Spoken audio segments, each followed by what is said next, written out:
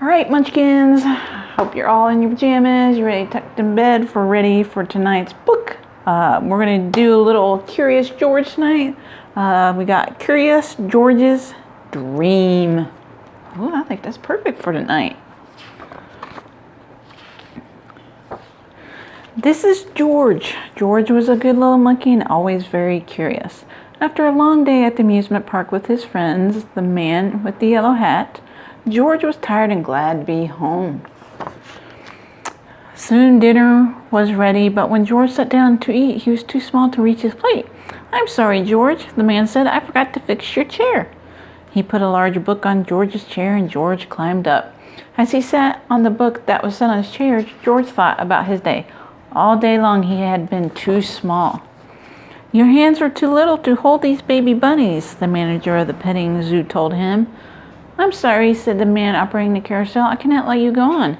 You need a grown-up to ride with you." "Maybe next year," said the man, taking tickets at the roller coaster. Oh, he could do because he was a little too small. But after a good meal and a good dessert, George began to feel better. When the dishes were finished, the man said, "George, I have a surprise for you." And they went into the living room. The surprise was a movie. Oh, a movie, yay!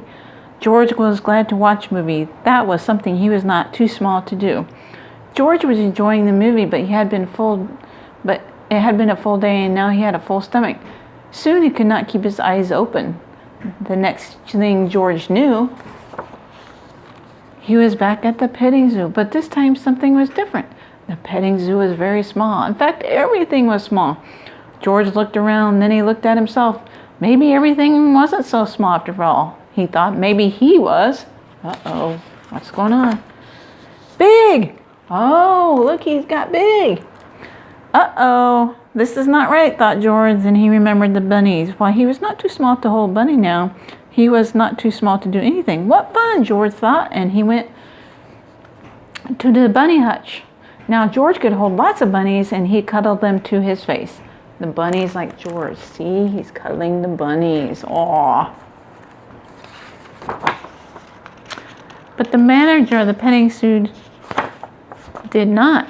"Put those bunnies down," she said. "You'll scare them. You're too big."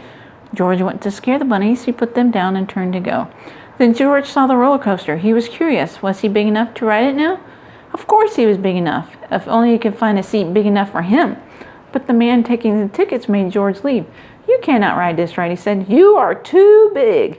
George was sad he could not ride, but he did as he was told. See, he's a little too big. He don't fit very well. Oh my goodness.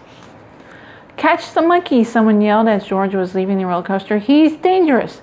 People in the park became frightened. They began to run. They ran in all directions, but mostly they ran away from George. George felt awful. He did not want to frighten anyone. Aww. He just wanted to hide, but where could he go? He was too big to fit anywhere. Then George saw the carousel. He wouldn't need a grown-up to get on with him this time. But this time George wished he had a grown-up with him. He wished his friend were there.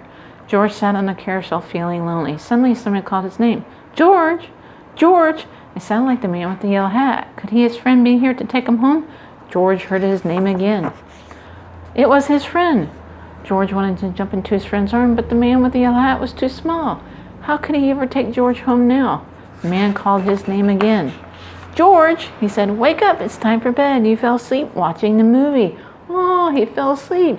George looked at his friend. Why was he small? Why? He wasn't small after all. George looked at himself. He was not big. Now George could jump into his friend's arms, and that is what he did. As the man with the yellow hat tucked him in, George was happy to be in his little bed. It was not very big, he thought, but he fit in it perfectly. George was the right size. Aw, he was dreaming he was big, but he wasn't really. All right, my munchkins, I hope you have sweet dreams just like George, and I will see you soon. Good night.